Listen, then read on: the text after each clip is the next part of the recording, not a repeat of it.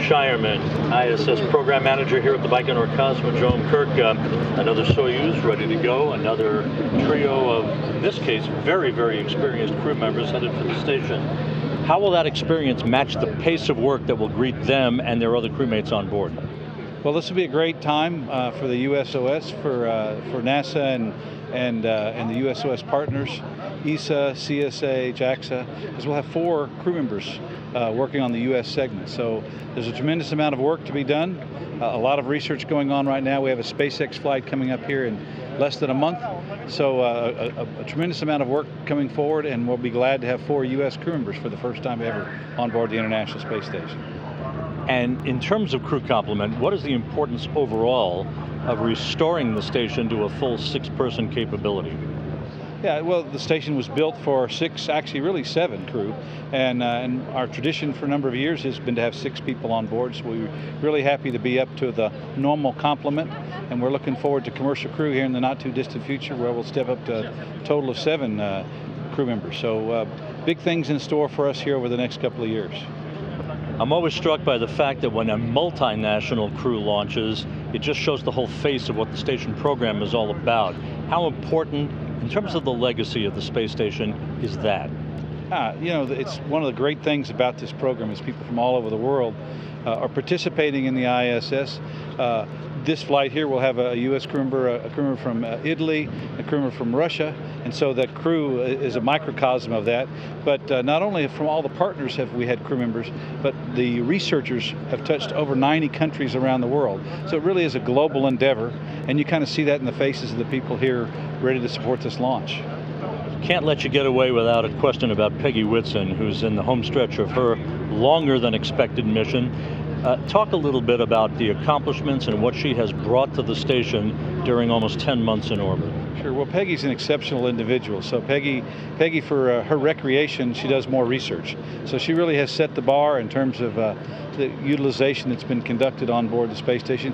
Even today, when she and Jack Fisher are the only 2 U.S. crew members, still a tremendous amount of research going on board the U.S. segment of the space station. So great accomplishment she's had up there. And of course, she's basically written a book, not only for women, but for all U.S. astronauts. It's really quite the accomplishment. She's going to be in the record books for decades to come. So Frank Devine, you're the head of the European Astronaut Center in Cologne. How do you feel when you're here as the boss of the astronaut and also as the former astronaut? Of course, it's always very exciting to be at Baikonur, especially when you see the rocket so close by, because we know that there is one more European astronaut that's going to fly to space to bring further science, technology, exploration to our European countries. And of course, we had just Thomas Pesquet from France coming back. We have now Paolo Nespoli from Italy. Next year, we have Alexander Gerst preparing. So we're really having this European exploration program. So it's really great to be here. And we get a great experience of this long duration mission. I mean, this was a big shift, I think, with your first flight, remember, when well, now 9 years ago, and this has been rolling and rolling. Yes, indeed, with all these long duration space flights, of course, we are getting more and more expertise. Our astronauts, of course, but not only our astronauts, also the center, the people that work around, the ground controllers, our control center. So we are really building up human spaceflight expertise in Europe, and this is, of course, the step that we need to prepare the future, where we're going to explore further beyond LEO, maybe go to the moon back, and then, of course, eventually the century to Mars. Yeah, it's really incredible that we are still here on the same launch pad where Sputnik was launched, and afterwards Yuri Gagarin was launched from this very launch pad. So we are now 60 years further. We of course are not in competition anymore. We do everything in international cooperation with our partners from NASA, from Roscosmos, from JAXA, from Canada. And this is another great aspect of human spaceflight. It means that even though we see that there are a lot of conflicts in the world today, we still manage to work together and to fly our astronauts and cosmonauts together. Tomorrow or the day after tomorrow, we will see a Russian, an American and an Italian astronaut fly together to space. What can be more beautiful in a time like this? Bill Gerstenmaier, NASA's Associate Administrator for Human Exploration. Bill, This pad saw the birth of the space program with the launching of Sputniks almost 60 years ago. Your thoughts on how far the planet, the human race, has come in 6 decades? It's really amazing. You see the patch on the side of the rocket celebrating the 60th anniversary of the Sputnik launch from this very launch pad. And it's absolutely amazing to think a simple, easy little satellite was launched from this pad 60 years ago. And here we're getting ready to go launch 3 crew to the most complex engineering marvel ever built in space, the International Space Station. I mean, what a tremendous transition from that period of time when we didn't know much about the Sputnik. We were, you know, it was a very different time politically, and now today we're cooperating with, you know, with the launch of a Russian, an Italian, and an American to an International Space Station from that same launch pad that was kind of clothed in secrecy when it launched the Sputnik 60 years ago. Just the transition is phenomenal when you think about it, and to see the dedication and the spirit of the people here today, I'm sure that same dedication and spirit was with the people 60 years ago here on this launch pad. What is the significance of this launch in terms of not only restoring the station to its normal complement of 6 crew members, but to match the pace of the work that lies ahead?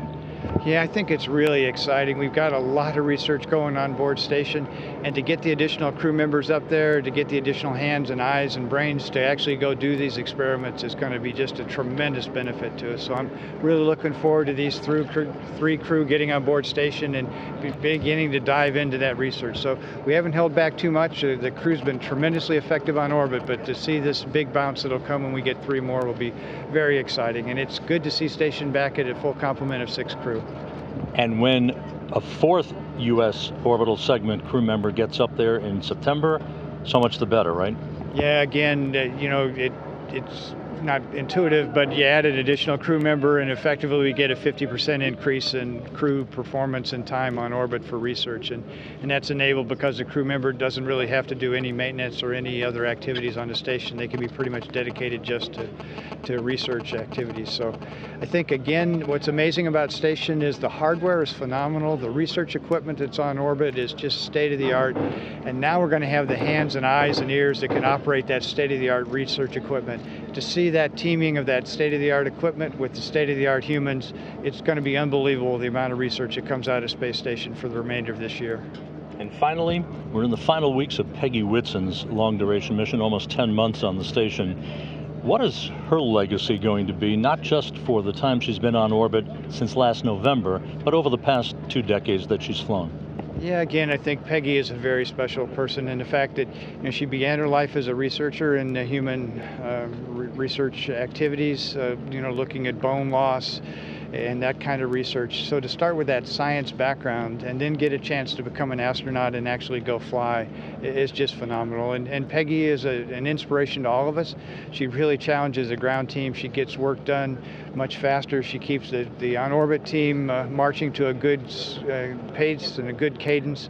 Just a tremendous individual. So to see that same dedication she exhibited when she was a basic researcher to now as an astronaut is just phenomenal. So she's just had an amazing career. I look at all our crew members. They're all special in their own way, but Peggy just has that unique aspect of going from the researcher all the way to an astronaut today.